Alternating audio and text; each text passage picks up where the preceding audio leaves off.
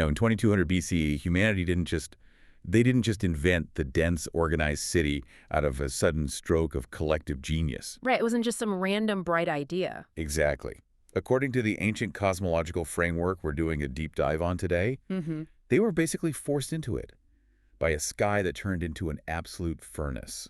Which is wild to think about. It really is. And, right now in the 21st century, the reason you might be looking at a smartphone screen or relying on AI or living in an artificially climate-controlled room, it isn't just because of some steady, inevitable march of human progress. Right, like we usually assume. Yeah, exactly.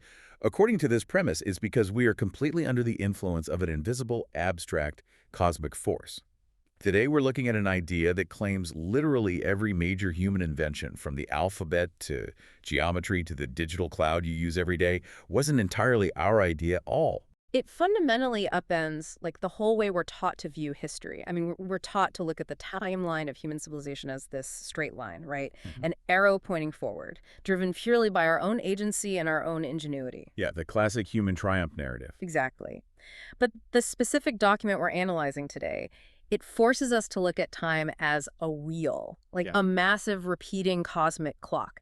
And the gears of this clock are the sun, the moon, and the invisible elements of space. And humanity, we're simply reacting to the turning of those gears. Well, welcome to the deep dive. We are incredibly glad you're here with us for this one because, it is a true paradigm shift. We're unpacking a really fascinating special report. It's titled Yuga Cycle: The Rise and Gradual Change of Language, Writing, Knowledge, and Science. That's quite a title, yeah. It is. And this document lays out a comprehensive chronological roadmap of human existence. It goes from 4000 BCE all the way to the modern age of artificial intelligence.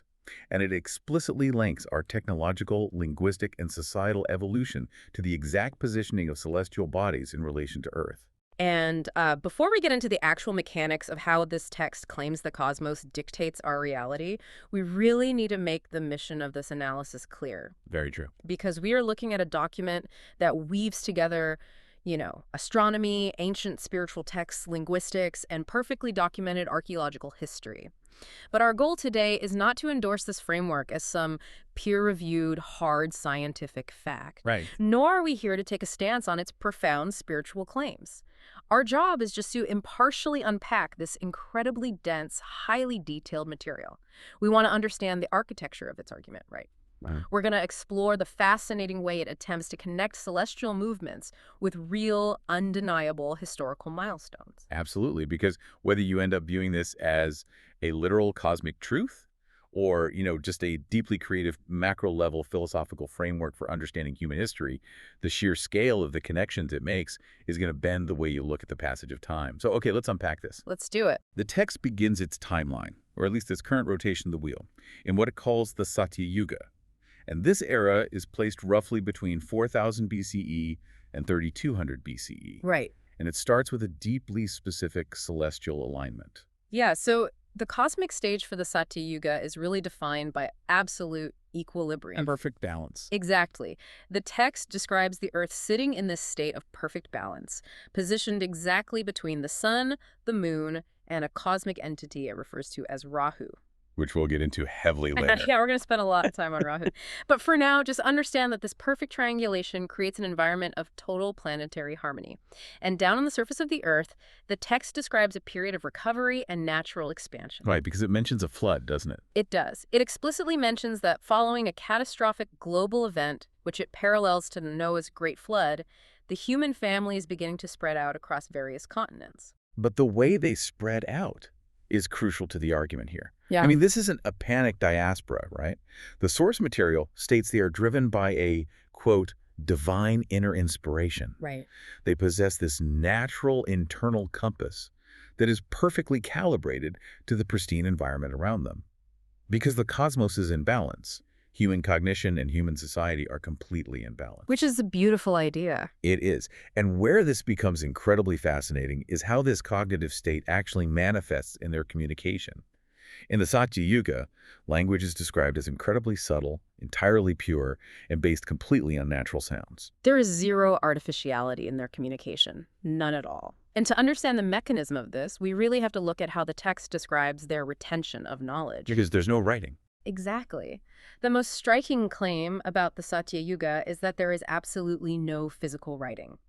The concept of an alphabet or, carving symbols into stone or pressing reeds into clay, it just doesn't exist because the societal and cognitive framework doesn't require it. They rely entirely on something called Shruti. Shruti, the unbroken oral tradition of memory. Hmm.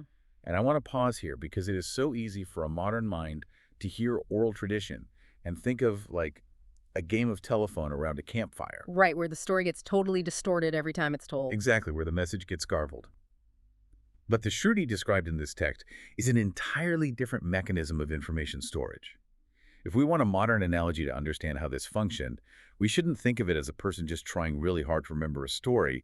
We should think of it more like a cognitive blockchain. Oh, that is a brilliant way to frame it. Because in a blockchain, a ledger isn't stored in one centralized physical location, like a hard drive or a USB stick. It's distributed across an entire network, perfectly replicated and constantly verified by the collective. In the society of the Satyuga, the human brain is the node in that network. The phonetic architecture of the language, the specific natural sounds, the meter, the exact intonation, it acts as a cryptographic hash. Wow. Yeah. If a single syllable is altered by someone speaking, the entire linguistic structure breaks, and the community immediately recognizes the error. So the knowledge is preserved flawlessly. I mean, imagine that. You hear something once, and the collective biological network retains it perfectly across generations. It's hard for us to even fathom today. It really is. I mean, think about how often you check your phone for a grocery list. But for them, it requires a level of cognitive focus and a deep, harmonious connection with your fellow humans that we have entirely lost. Because there are no external storage devices, the science and knowledge of the Satya Yuga are focused purely on spiritual purity. Maintaining that inner cognitive network. Exactly, and living in total harmony with the land as they expand. But, the foundational premise of the Yuga cycle is that the cosmos is a clock, and a clock never stops ticking. Things have to change. They do. The period of perfect equilibrium just cannot last forever. So we enter a massive transition period spanning from roughly 3200 BCE to 2200 BCE. The perfect triangulation breaks because the sun begins to move closer to the Earth. And as the sun approaches, the actual physical reality on the ground begins to shift. Yeah. The heat increases. The energy of the planet changes. The text argues that this celestial mobility forces a corresponding mobility in human settlements. Right. Things get stressful. Yeah. The purely oral tradition of Shruti, that perfect cognitive blockchain we just talked about, it begins to fracture under the strain of these new, increasingly dynamic tribal movements. The environment is becoming harsher, survival requires more complex logistical coordination, and those subtle natural sounds, they're just no longer enough. So necessity forces the first major technological leap in human communication. The text notes that this is exactly when we see the creation of early pictograms. The first drawings. Exactly. Humanity starts scratching symbolic pictures, these rough visual representations of the physical world, to communicate and store information outside of the biological brain. It is the very beginning of the externalization of knowledge. The first backup drives. Basically, yeah.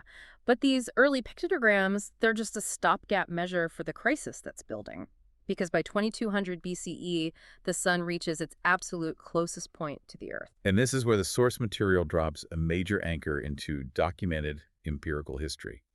The text states that the extreme proximity of the sun triggers a catastrophic climate crisis.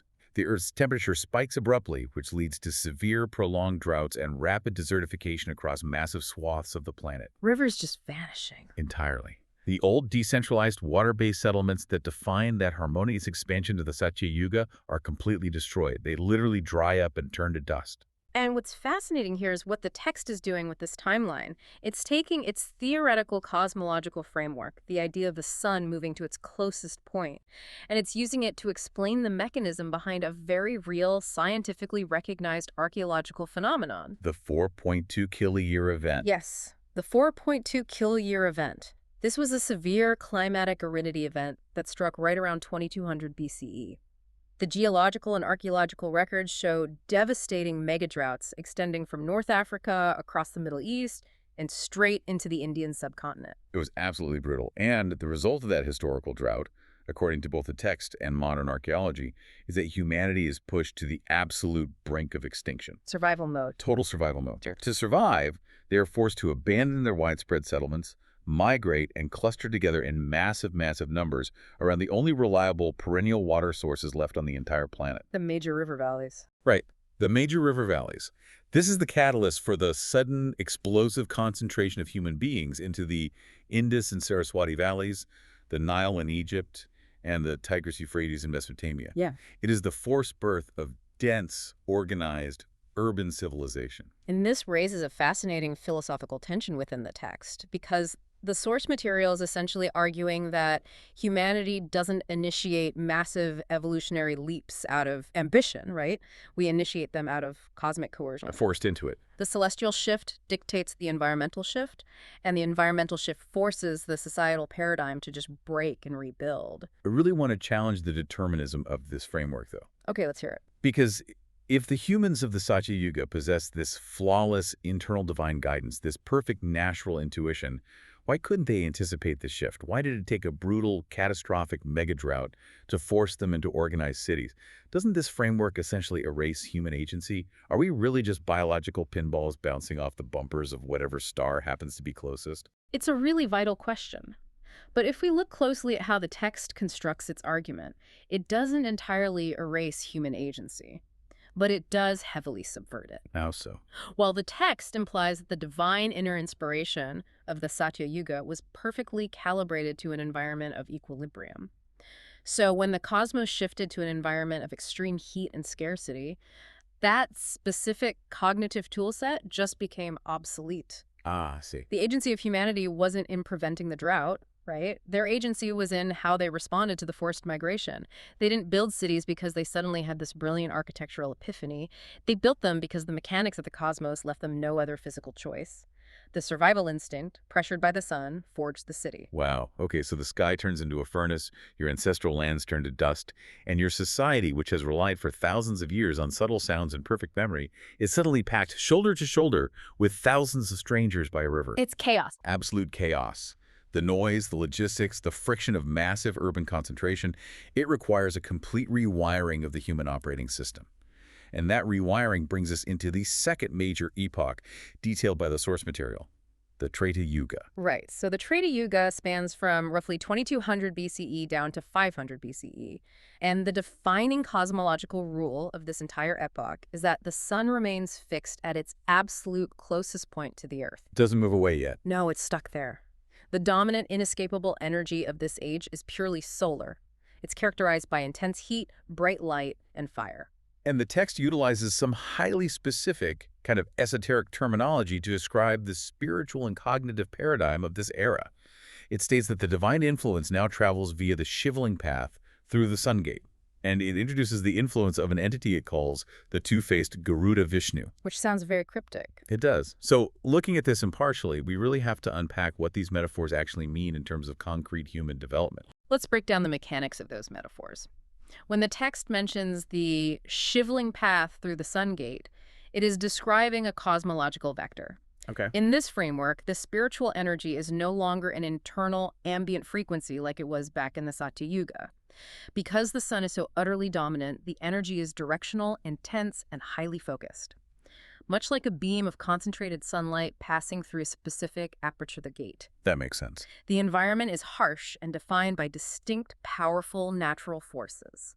The blinding sun, the vital life-giving river, and the destructive fire. And that physical reality dictates the spiritual reality, which perfectly explains the metaphor of the two-faced Garuda Vishnu. Right, because two-faced implies multiplicity. Exactly. The text argues that because of this specific intense solar alignment, polytheism, the worship of many distinct externalized gods, spreads across all continents globally. The divine is no longer this silent, centralized internal compass. It is externalized into a pantheon of powerful, often volatile forces of nature, and those forces have to be appeased and managed. Exactly. And the ultimate societal expression of this fiery, solar-dominated era is the creation and formalization of the three Vedas. Oh, this is a massive shift. Huge. This period represents an absolute explosion of language, thought, and intellectual architecture. It begins with the Rig Veda. The source document identifies this as the true philosophical dawn of structured language. We are looking at 1,028 incredibly complex hymns composed in Vedic Sanskrit, specifically diction to praise and invoke these externalized nature gods. And just look at the specific gods the Rig Veda focuses on. Indra, the god of storms and power, Agni, the god of fire, Surya, the sun god. The linguistic focus is entirely aligned with the physical reality of a world dominated by intense heat and the desperate need for atmospheric balance. It perfectly mirrors their struggles. It does. The text also highlights that the Rig Veda gave birth to the Gayatri Mantra, describing it as a formulation of immense phonetic and spiritual power granted to society.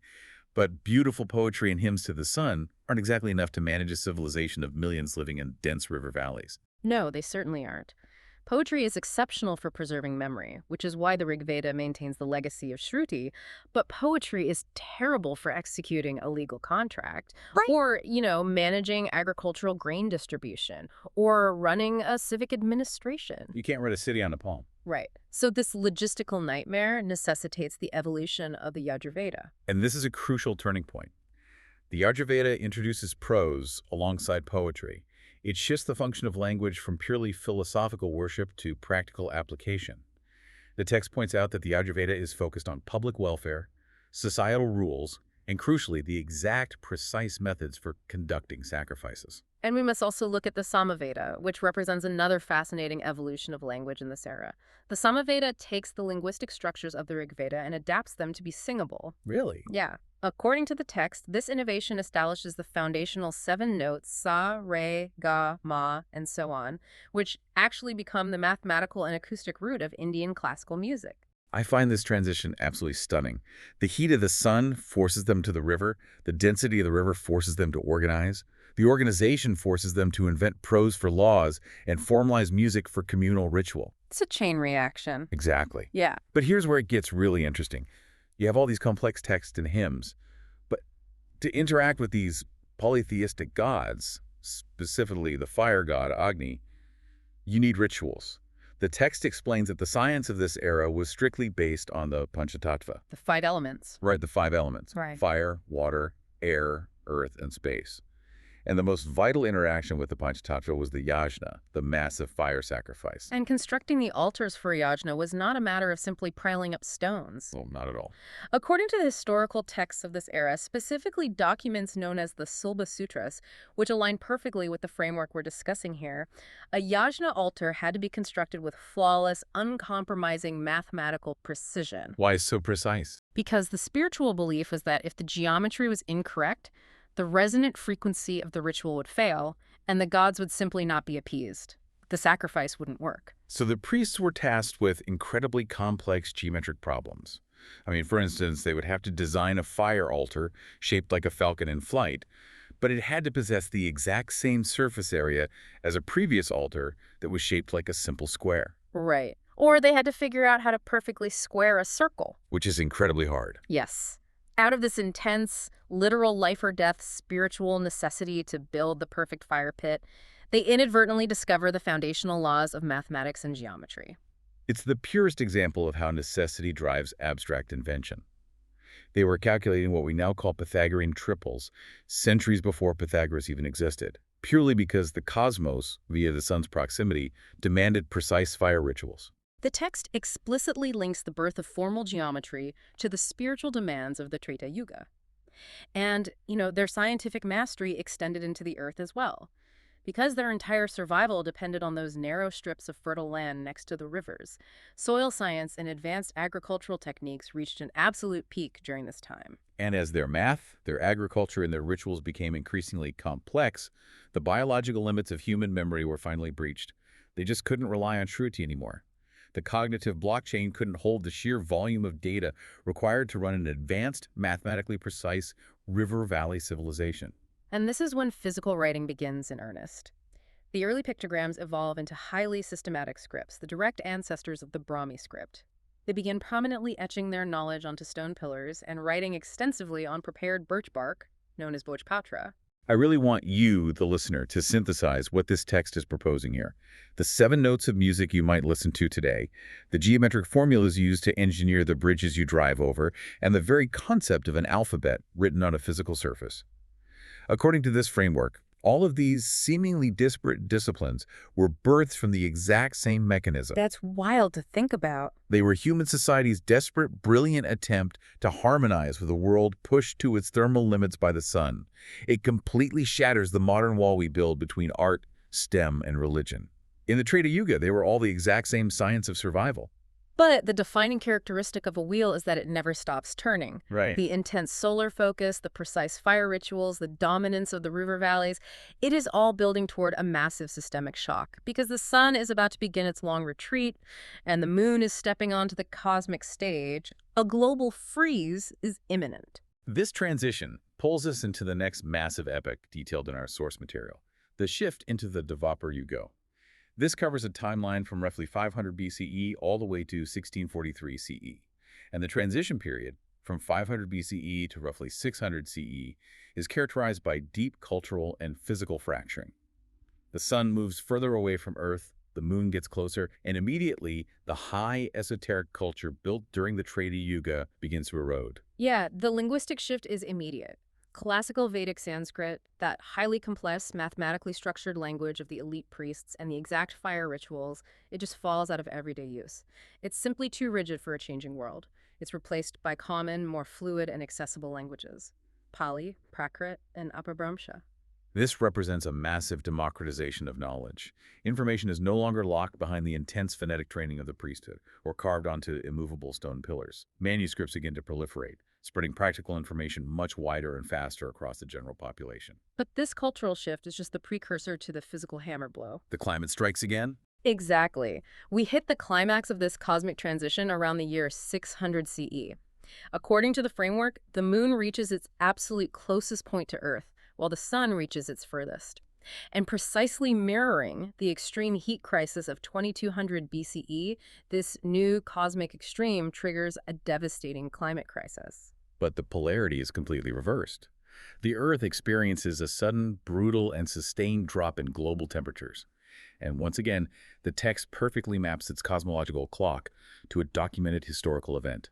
Modern climatology and historical science refer to this period as the late antique Little Ice Age. And the scientific data from tree rings and ice cores confirms this. Around this exact time, the Northern Hemisphere experienced some of the coldest decades in the last 2,000 years. Wow. It was also exacerbated by massive volcanic eruptions that completely shrouded the atmosphere. The consequences for human civilization were catastrophic. I can imagine. The extreme cold, the lack of solar radiation, and the highly erratic rainfall completely shattered the established crop cycles that the Treta Yuga had perfected over thousands of years. The agricultural backbone of the world broke.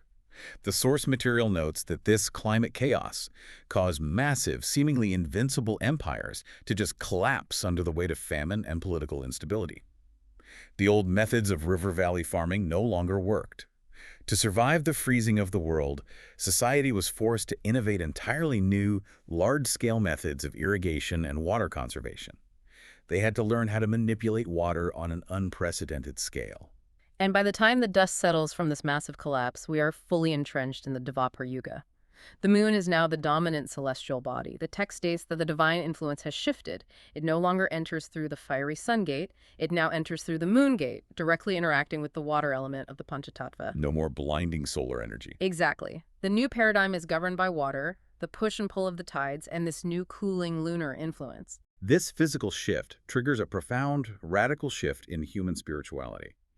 Let's look at the metaphor the text uses here. In the Treta Yuga, the intense, localized power of the sun resulted in the two-faced Garuda Vishnu, multiplicity, polytheism, gods of fire and storm. But now, under the lunar influence, the text introduces the one-faced Garuda Vishnu. One face, singularity. The text argues that under the specific lunar alignment, monotheism, the belief in a single, centralized, all-powerful creator, surges to the forefront of global spiritual thought, overriding the old polytheistic systems. I have to pause and analyze the mechanism here. Is the text arguing that as the environment becomes colder, harsher, and more universally unforgiving across the globe, human society naturally abandons the worship of localized, abundant nature gods?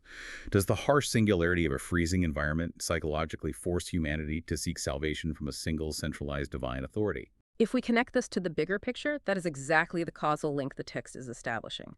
The singularity of the moon's dominant, isolated influence in the night sky provides the blueprint for the centralization of the divine concept. The environment becomes singular in its severity, and the human spiritual response, which is our mechanism for coping with the cosmos, mirrors that singularity. It's a brilliant, if controversial, sociological argument. So how does the underlying knowledge base of humanity adapt to this cold, lunar, monotheistic world? If the Treta Yuga was defined by the Rig Veda, poetry, and fire altars, what defines the Dwaparyuga? The Dvaparayuga is intellectually dominated by the Atharva Veda, which the text also refers to as the Brahma Veda. The shift in focus is dramatic. The high philosophical poetry of the past is largely set aside. Language becomes aggressively secular, pragmatic, and designed for broad communication. This is the era that oversees the birth and spread of languages like early Hindi, Persian, and Middle English. People are no longer communicating primarily to appease the fire gods. They need to communicate across vast distances to facilitate trade, to share agricultural innovations, and to survive the harsh climate. And to support this vast network of practical communication, writing technology absolutely explodes. We graduate from scratching on birch bark to the monumental invention of paper. And the invention of paper allows for the mass production of books. The Dvapara Yuga is the era of the library. We see the rise of grand institutional centers of learning, like the magnificent Nalanda University in ancient India, which housed thousands of scholars and millions of manuscripts. The societal shift is profound. I mean, think about it. The Treta Yuga operated like an exclusive, highly restricted VIP club. Yeah. You had classical Sanskrit, elite priests, esoteric fire rituals, where a single mispronounced syllable ruined the entire event. Right, very exclusive. But the Dwapara Yuga operates like a massive, bustling public library. The barriers to entry are lowered. Common languages, paper manuscripts, and practical, applicable knowledge are distributed to the masses. And the scientific advancements of this era are entirely dictated by the moon and its corresponding element, water. Because the moon is the closest celestial body, the science of astronomy, the precise tracking of planetary movements and the calculation of time becomes incredibly sophisticated. But the most practical application of tracking the moon is understanding its direct control over the tides. And this is where the framework connects cosmology to geography. An era dominated by the moon naturally evolves into an era obsessed with marine science and navigation. Humanity looks at the stars not just for spiritual guidance, but as a map to cross the oceans. They engineer massive, deep-water ships, unlocking the vast, watery expanses of the planet and giving birth to truly global sea trade. They conquer the water element. Furthermore, the influence of the Atharva Veda drives a massive pragmatic leap in medicine. We move far beyond simple herbal poultices. The Dwapara Yuga formalizes diagnostics and, crucially, alchemy, the complex extraction and mixing of liquid medicines. Again, notice the thematic connection. Liquids, water, the lunar influence. The science is fluid. The text also points out that this era formalized metallurgy, sociology, and political science. Specifically, the practical, administrative duties of a king managing a large, complex state. It's an incredibly grounded, pragmatic, and structural era compared to the intense, fiery philosophy of the Treta Yuga. It really built the modern foundation. Exactly. I want you to think about the foundations of the world you grew up in, the concept of the modern institutional university, the physical paper books you held in your hands, the global trade networks that move goods across the oceans, all of these monumental pillars of human society. This ancient text attributes entirely to the specific gravitational and energetic influence of the moon. It's a cohesive, beautifully structured argument. But a cycle cannot remain static. Up until this point, up until roughly 1643 CE, humanity was still playing by the rules of the natural world. We were interacting with tangible, visible forces. Land, water, fire, the observable stars, the physical weather. But then, the wheel turns again. The moon begins its long retreat away from the Earth. And as it pulls back, a new, completely alien, invisible, and chaotic force steps into the cosmic void. This force is going to launch humanity into the most rapid, mind-bending, and destructive period of acceleration in our entire history. Welcome to the Dwapara transition. And this transition period is incredibly brief on the cosmic scale. It runs from 1643 CE to roughly 2022 CE, just over 350 years. Which is nothing. Right. In the context of a cycle that spans millennia, this is barely a blink of an eye. Yet the text identifies this specific window as humanity's most explosive, revolutionary phase. As the moon retreats, the text states that the influence of an entity known as Rahu begins to systematically take over the Earth. Now, in traditional ancient cosmology and astrology, Rahu is often described as a shadow planet, a node, an entity associated with eclipses and illusion. But this source document refines the definition of Rahu into something incredibly specific and relevant to us. It defines Rahu as the absolute manifestation of space, machines, and invisible waves. This is where the text's framework becomes chillingly accurate in its description of the modern world. Let's trace how the source claims this invisible influence of Rahu slowly seeped into and eventually dominated human development over the last 3 centuries. We can start by looking at what happens to human language. Language undergoes rapid, aggressive globalization. As the world violently shrinks due to mechanized travel and instantaneous communication, distinct local languages begin to blur and vanish. And a massive wave of technical vocabulary is invented out of thin air. Suddenly, human mouths are forced to create and speak words that have absolutely zero connection to the natural world of the Panchatattva. Words like engine, factory, electricity, algorithm, computer. Driven by the forces of the Industrial Revolution and global colonialism, English emerges as the lingua franca, dominating global trade, science, and communication. But what the text finds even more fascinating than the spread of language is the structural degradation, or rather, the massive compression of language. Oh, the compression is undeniable. The text points out that under Rahu's influence of speed and efficiency, we become obsessed with abbreviation. The beautiful, sweeping prose of the Dwaparyug is suddenly deemed inefficient. We don't have time to write a letter. We need the information ASAP, FYI, ETA. And our emotional expressions, which used to require paragraphs of nuanced description, are brutally compressed into symbolic, instantaneous visual cues. You're talking about the evolution of emojis. Exactly. Think about the incredible irony here. We started in the transition out of the Satya Yuga by inventing pictograms to compensate for the loss of perfect memory. Thousands of years later, after mastering complex alphabets and prose, the speed of digital screens forces us to literally circle back to communicating via pictograms, a smiling yellow circle to indicate joy. It's a full circle. It really is. And this compression of language perfectly mirrors the evolution, or perhaps the demise, of physical writing. Because the democratization of writing hits an industrial hyperdrive. The printing press allows machines to pump out millions of exact copies, removing the human hand from the creation of the book. Then, devices like the typewriter and the fountain pen mechanize the physical act of writing, speeding human output to a machine-like pace. But the final, ultimate manifestation of Rahu's influence in the realm of writing is digital word processing. This is a profound philosophical shift. Humans completely stop scratching physical ink made from the earth onto physical paper made from trees. We type on plastic keys to alter glowing, weightless pixels on a screen. We delete sentences into the void. The written word ceases to be a physical artifact. It becomes entirely ephemeral, existing only as invisible electrical charges in a machine. And that transition of the written word into electricity perfectly segues into the core argument of this era, the scientific revolution. The text describes the period from 1643 to 2022 as a systematic shift to machine sovereignty. Humanity willfully severs its reliance on the Panchatattva, the natural elements of earth, water, fire, and systematically hands its physical and cognitive power over to artificial machines. Let's trace the exact timeline the text provides for this surrender to the machine. In the 18th century, James Watt perfects the steam engine. This is the critical threshold. It is the moment machines begin to permanently replace the muscle power of animals and human beings. We outsource our physical labor to iron and steam. Then, the 19th century accelerates the abstraction. Scientists like Faraday, Edison, and Tesla learn to harness electricity and electromagnetism. They achieve something previously reserved only for the gods of the Treta Yuga. They defeat the natural cycle of day and night. Darkness is artificially banished from human cities, and crucially, they invent telecommunications. I want to highlight how the text views telecommunications. Sending a human voice across a copper wire and eventually beaming it invisibly through the air via radio waves is the pure, unadulterated embodiment of Rahu. It is the mastery of invisible waves. We are manipulating foundational forces of the universe that we cannot even see to achieve instantaneous results. And this mastery of the invisible isn't just limited to physics, it completely upends biology. The late 19th and early 20th centuries introduced Pasteur's germ theory and eventually Alexander Fleming's discovery of penicillin in 1928. Think about the mechanics of this from a cosmological perspective.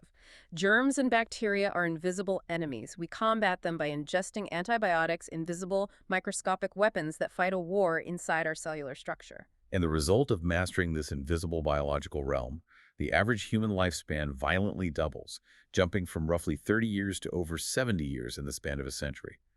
This triggers a massive, unprecedented explosion in the global population, further straining the Earth's resources and driving the need for more efficient machines. Transportation follows the exact same trajectory of escaping the natural world.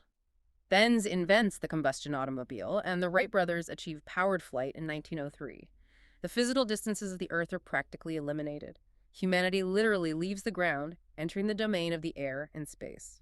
Then, in the mid-20th century, we cross the final threshold, the invention of the transistor in 1947, followed by the development of silicon microchips. This is the birth of the information revolution. We transition from building machines that do our physical lifting to building machines that do our thinking. We literally teach refined sand how to process logic. It's astounding. And the climax of this 350-year transition period occurs in 1989 when Tim Berners-Lee invents the World Wide Web. The concept of the global village is fully realized. This is the part of the source material that genuinely gives me chills. The text argues that with the invention of the internet, the majority of human wealth, human knowledge, and human relationships migrated out of physical reality and entirely into invisible space. Our bank accounts aren't vaults of gold anymore. They are digital ledgers. Our memories are stored on the cloud. Our conversations happen over Wi-Fi and 4G cellular networks. If we look at the broad sweep of this transition, we went from singing complex mathematical Sanskrit hymns by a fire to appease the forces of nature, Right. to sitting in silence, texting ASAP with a crying, laughing emoji, beaming the signal into space, and bouncing it off a satellite to a server farm halfway across the world. But I have to push back here, because this is a massivist claim. Are you telling me that the sheer brilliance of Einstein, the visionary genius of Tesla, the incredibly complex collaborative effort required to invent the internet, this text is suggesting that all of this peak human achievement is just us unwittingly falling under the spell of some cosmic shadow entity called Rahu? Doesn't that deeply insult human intelligence? It is a highly provocative framing, absolutely. But the text isn't necessarily insulting or discounting human genius.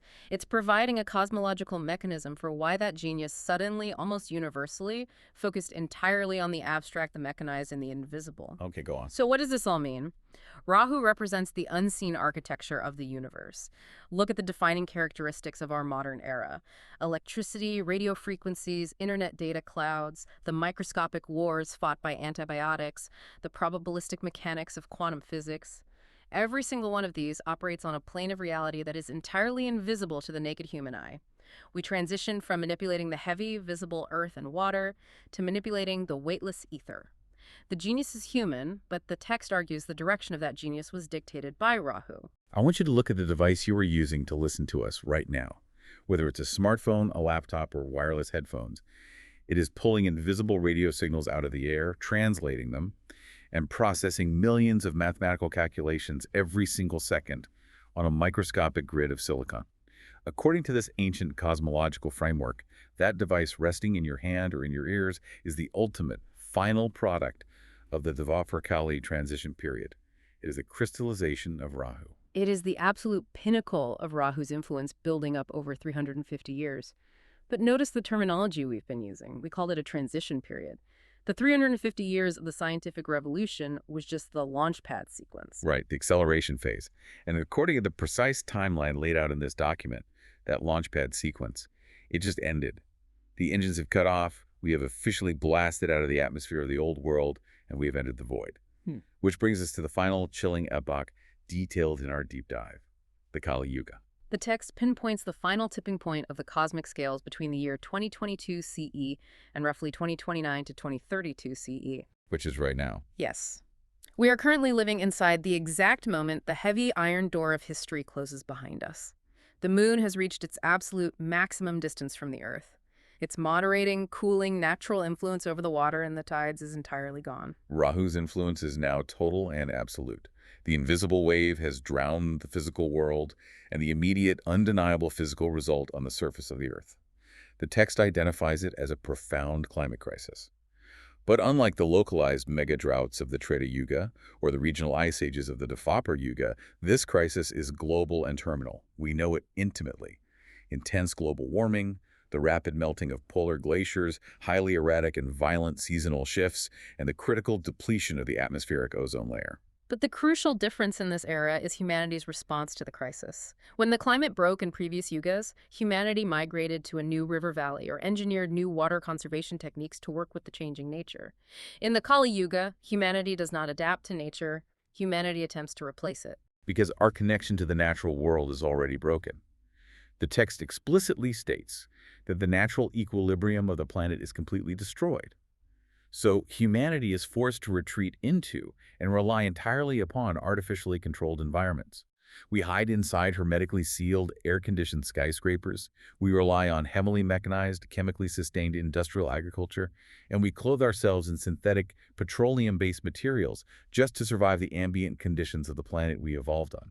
This specific state of existence is what the text defines as the Kali Yuga proper. The cosmic gate is now entirely routed through space, governed unconditionally by Rahu. The system, according to the source material, has become completely inverted. The natural order is upside down. Let's deeply analyze how that inversion plays out across the pillars of human society we've been tracking. Look at language and writing. Human speech. The vocalization of breath that defined the Satya Yuga is no longer the primary driver or organizer of civilization. Digital languages and machine coding -Python, C++, binary logic are now running parallel to, and in almost every critical infrastructure aspect, overriding human speech. A flaw in a legal document causes a headache. A flaw in a million lines of code crashes a global banking system. And physical writing, the great innovation of the Treta and Dwaparyug Yugas, is declared functionally extinct in this era. The world transitions to an entirely paperless existence. The massive physical broad-mortar libraries that democratize knowledge are replaced by hyper-cooled, sterile server farms located in deserts. Knowledge is accessed exclusively through the glowing interface of touchscreens and keyboards. And the trajectory of science reaches its logical, inverted conclusion. We have completely and intentionally severed our connection to the Panchatattva, those 5 natural elements that birthed geometry, agriculture, and music. We don't look down at the soil to solve our problems anymore. We look up into the void. Science is overwhelmingly obsessed with space travel, launching constellations of satellites and blanketing the Earth in a thick, invisible web of telecommunications. We are trying to escape the physical Earth. The focus of human devotion and trust has shifted accordingly. The text makes a profound observation here.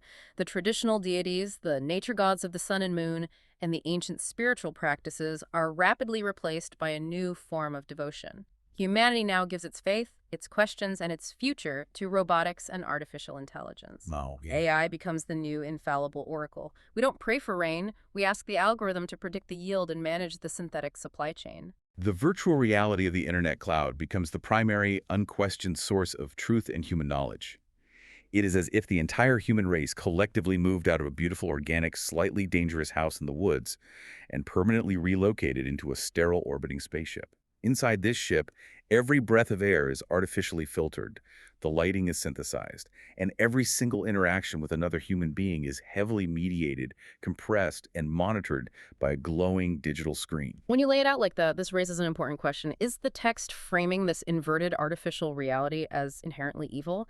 Is this a moral condemnation of technology, or is it simply describing the inevitable mechanical next stage of a cold cosmic cycle? That is the ultimate question of the document. When I read through the source material, I actually found its tone to be surprisingly neutral. It repeatedly calls the Kali Yuga an inverted system, which sounds ominous, but it doesn't read like a frantic doomsday prophecy. It reads more like a clinical weather report, like tomorrow will be rainy and the epoch of the Kali Yuga will be entirely artificial. It doesn't judge the machine. It simply states that this is the unavoidable reality of a cosmic era governed by the mechanics of space and invisible waves.